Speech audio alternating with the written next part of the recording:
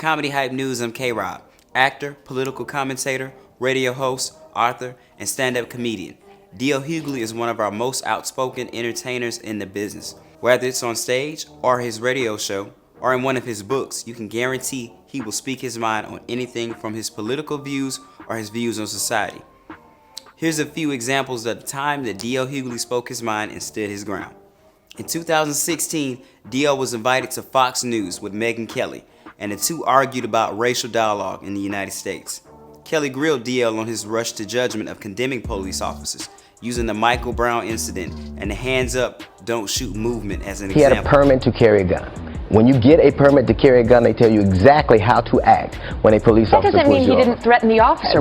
And we still don't know the facts there. We have a police officer's word and the grand jury's word. No, we have the Department of Justice's word. The Department of Justice shut down Ferguson. Ferguson had to be shut down because it was so corrupt. I already conceded that, DL. We're talking about Michael Brown and the lie of hands up, don't shoot. I don't dodge at all. The only place racism doesn't exist is Fox News and the police department. That's the only place. That's absolutely true. That's insulting. You just insulted millions of people watching this channel. And you know what? I'm insulted by the things I hear on this network, so we're even. In 2009, D.L. got into a heated argument with Bill Cosby after he called in for a radio interview at the KISS FM radio station.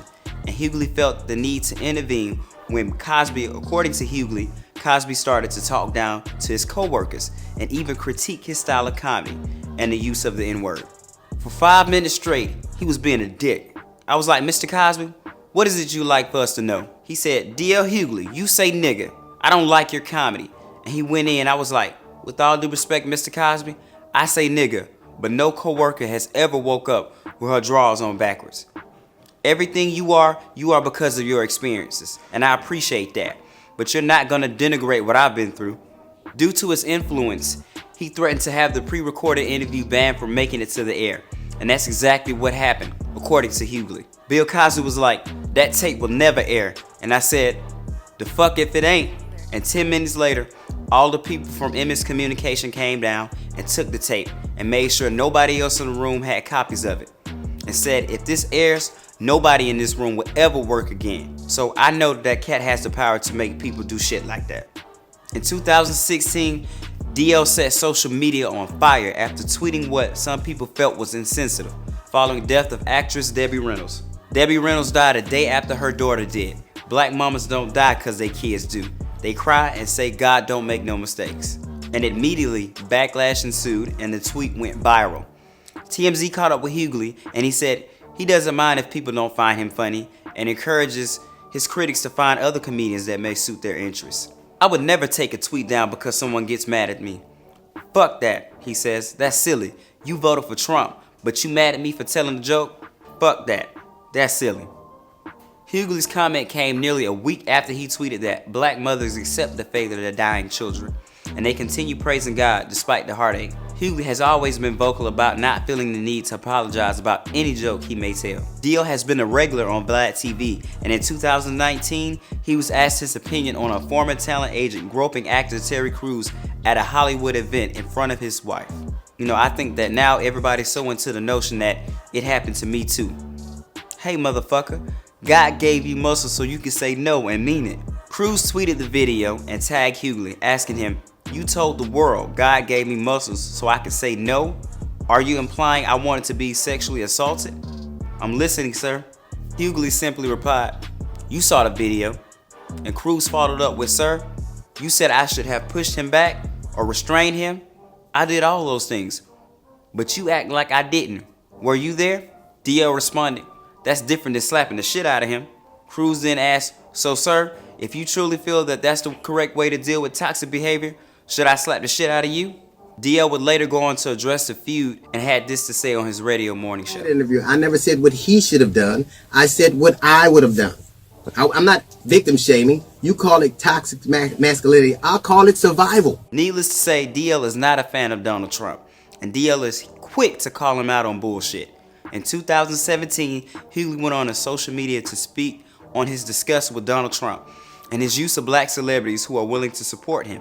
It amazes me that to convince black people that Donald Trump cares about them, he takes pictures with celebrities. If Donald Trump cared about black people, he would not have denigrated the president with those claims of birthism.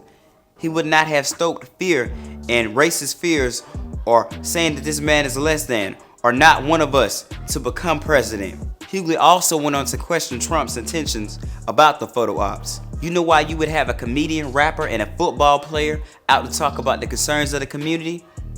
Because that's the positions you're used to seeing us in. You rather have black people as football players, comedians, and rappers than the president. You rather see us run the ball than run the country. You'd rather see us run the ball than run the country. That's why you do it. I ain't gonna never forget what you said about this man and how you got where you are. Some people might, but I never will. I'll never forget how you denigrated his family. I'll never forget how you stoked fears.